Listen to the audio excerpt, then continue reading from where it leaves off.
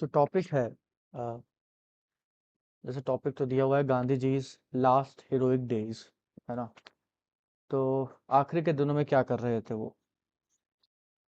तो जिन्ना ने पाकिस्तान की डिमांड रखी।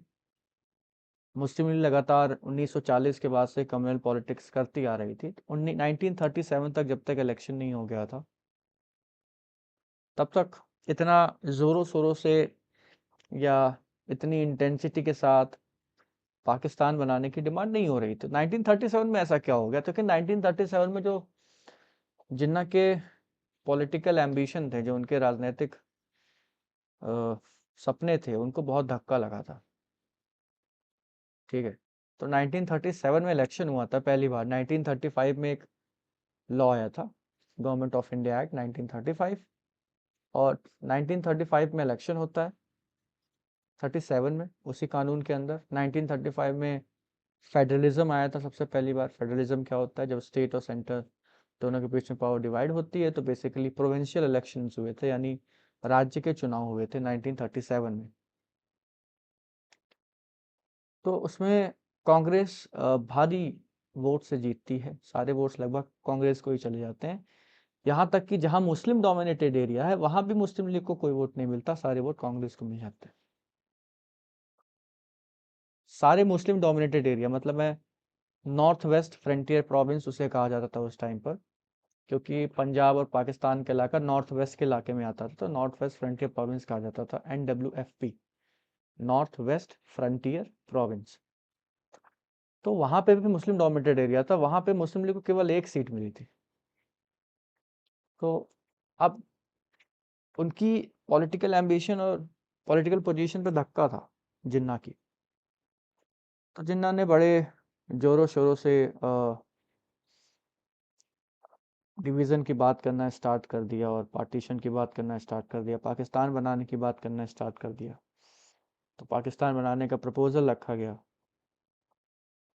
1942 में क्रिप्स मिशन आता है, और 1945 के बाद कैबिनेट मिशन आता है। दोनों ही ट्रांसफर ऑफ पावर के लिए थे, कि अब ब्रिटिश हाथों से जो पावर है वो ट्रांसफर कर करके भारतीय हाथों में देनी, इंडियन हैंड्स में देनी है।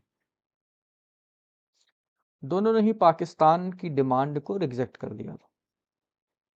अब जिन्ना के पास कोई ऑप्शन नहीं था। तो 1946 16 अगस्त 16 अगस्त 1946 को उन्होंने डायरेक्ट एक्शन डे बुलाया। डायरेक्ट एक्शन डे के बाद वॉयलेंस होना शुरू हो गया था पूरे देश भर में। तो वॉयलेंस की शुरुआत बंगाल से हुई थी। बंगाल मुस्लिम डोमिनेटेड रीजन था, वहाँ पर मुसलमान हिंदू को मारने लगे थे, और उसके रिएक्शन में यूपी बिहार के रीजन में हिंदू मुसलमान को मारने लगे थे। तो एक कम्युनल पॉलिटिक्स का नतीजा था, जो 1909 के बाद से चली आ रही है। हम लोग उस दिन सेपरेट इलेक्टोरेट की बात कर रहे थे। तो सेपरेट इलेक्टोरेट में 1909 में ये हो गया था कि मुस्लिम लीडर्स को इलेक्ट करेंगे, और कांग्रेस ने उसे एक्सेप्ट भी कर लिया था 1916 के सेशन में। लखनऊ में हुआ था वो सेशन 1916 का। कांग्रेस ने उसे एक्सेप्ट कर लिया था। सबसे बड़ी गलती आप कह सकते हैं उसकी। उससे कम्युनल पॉलिटिक्स को और बढ़ावा मिला। साथ ही साथ हम देखें, हाँ, ब्रिटिश सरकार की कोशिशों के बारे में, तो चाहे वो बंगाल डिवीजन रहा हो 1903 के बाद का, चाहे वो 1906 में मुस्लिम लीग की फॉर्मेशन रही हो, दोनों ही एफर्ट, और 1909 में सेपरेट इलेक्टोरेट देना मुस्लिम्स को, जो जिसे कम्युनल इलेक्टोरेट भी कहा जाता है। बंगाल डिवीजन के टाइम पर जिस वजह से स्वदेशी मूवमेंट हुआ था, उस टाइम पर ब्रिटिश गवर्नमेंट ने मुस्लिमों से कहा था कि आप ईस्ट बंगाल का हिस्सा ले लीजिए, ठीक है, क्योंकि आप वहाँ डोमिनेटेड हैं, वहाँ मेजोरिटी आपकी जाता है, हम आपको प्रोविजंस देंगे, आपको हम नया नया अधिकार देंगे और इंसेंटिव्स वगैरह देंगे। डिवाइड करने की कोशिश लगातार थी। तो जिन्ना इलेक्शन वगैरह हार जाते हैं, उनको पाकिस्तान की डिमांड उनकी फुलफिल हो नहीं रही थी। तो उन्होंने 45 के बाद 46 16 अगस्त 1946 को डायरेक्ट एक्शन डे बुलाया, आर्या पार वाली बात कर दी, वॉयलेंस होना स्टार्ट हो गया। और अगले 7 8 महीने, 6 7 महीने बड़े स्केल पे वायलेंस होता है, हिंदू मुसलमान एक दूसरे को मार रहे थे हर जगह पर देश में। ठीक है। तो गांधी जी के आखिरी दिन कहाँ बीते, तो आखिरी दिन हम बात करें तो उनकी मौत हुई है 31 जनवरी को 1948 में। ठीक है। दिल्ली में बिरला भवन में वो प्रेयर करने आते थे डेली सुबह। तो सुबह प्रेयर के लिए आ रहे थे 31 जनवरी की सुबह, और नाथूराम गोडसे नाम का एक आदमी आता है, उन्हें सुबह उनके पैर छूता है, फिर गोलियां मार देता है उनको। 2 गोलियां मारी थी, एक सीने पे एक पेट पे। ठीक है। उनके सिक्योरिटी को लेकर इश्यू हमेशा से था। यहाँ तक कि सरदार पटेल जिनके अंदर होम डिपार्टमेंट था, उन्होंने भी वार्न किया था सिक्योरिटी को लेकर के, और उनको पहले से ही खबर मिल गई थी, रिपोर्ट्स इंटेलिजेंस वगैरह की थी। ठीक है। तो लेकिन गांधी जी ने इग्नोर कर दिया, सिक्योरिटी को ज़्यादा सीरियसली नहीं लिया। उससे पहले भी उनके वो मारने के अटेम्प्ट हो चुके थे, हाँ 2-3 बार। गोडसे नहीं मारने की कोशिश की थी, बट वो फेल हो गया था। फाइनली 1948 में जाकर के घुस जाता है और उनको गोली मार देता है।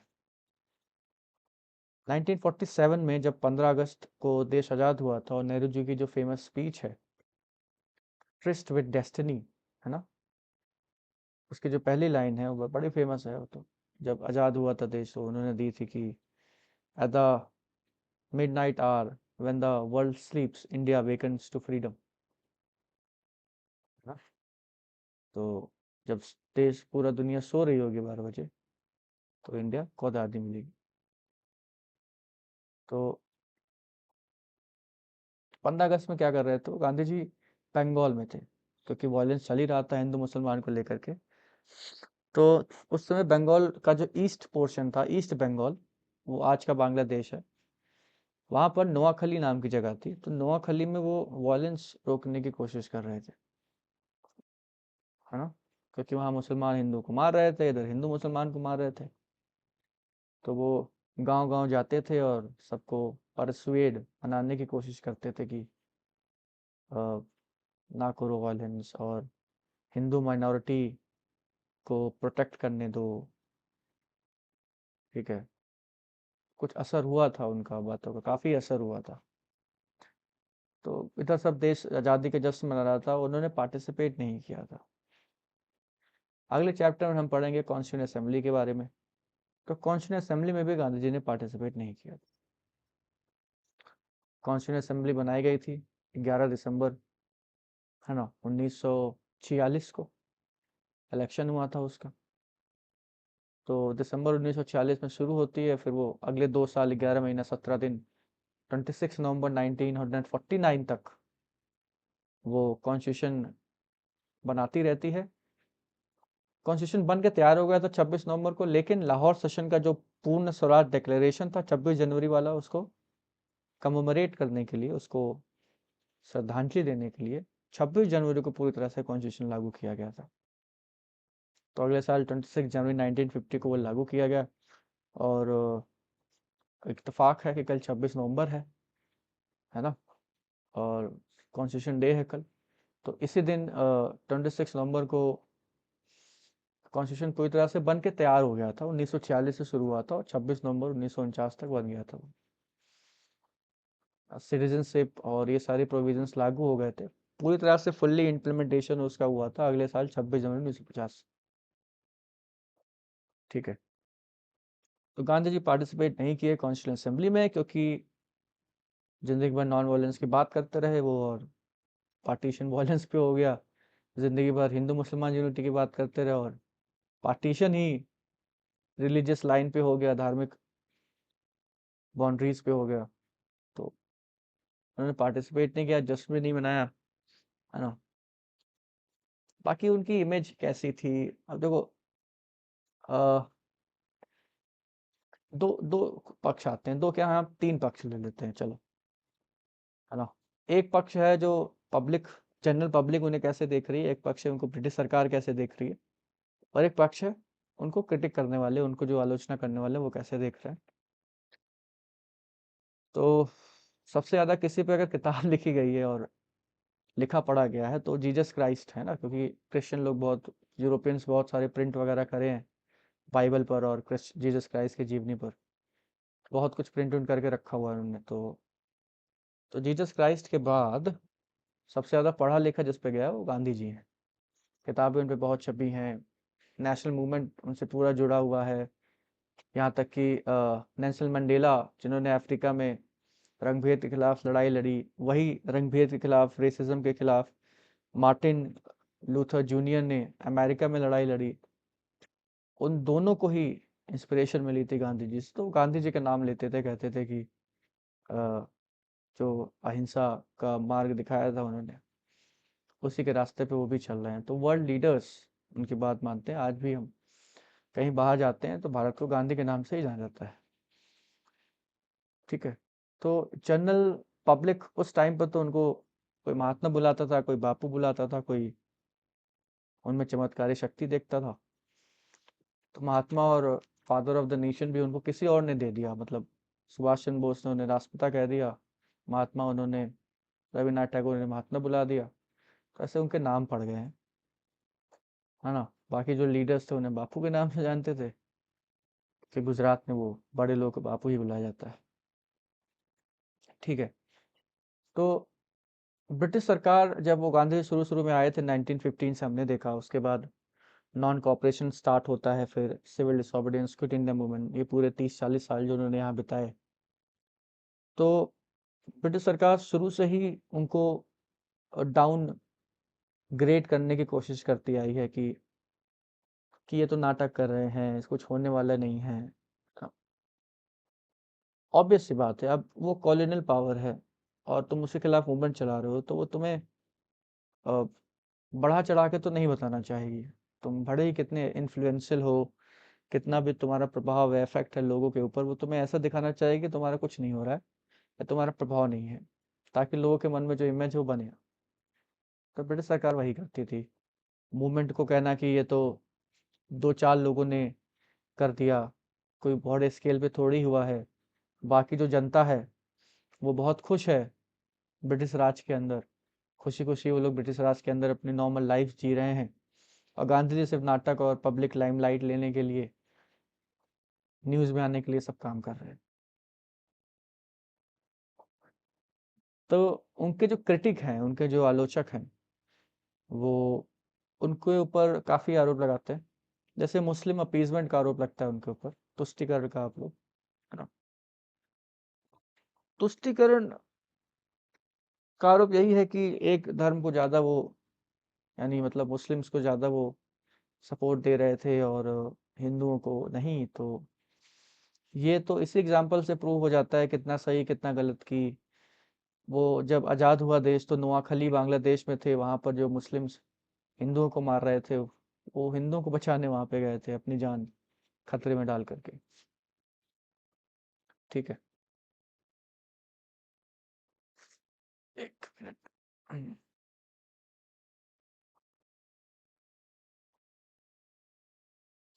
आवाज आ रही मेरी?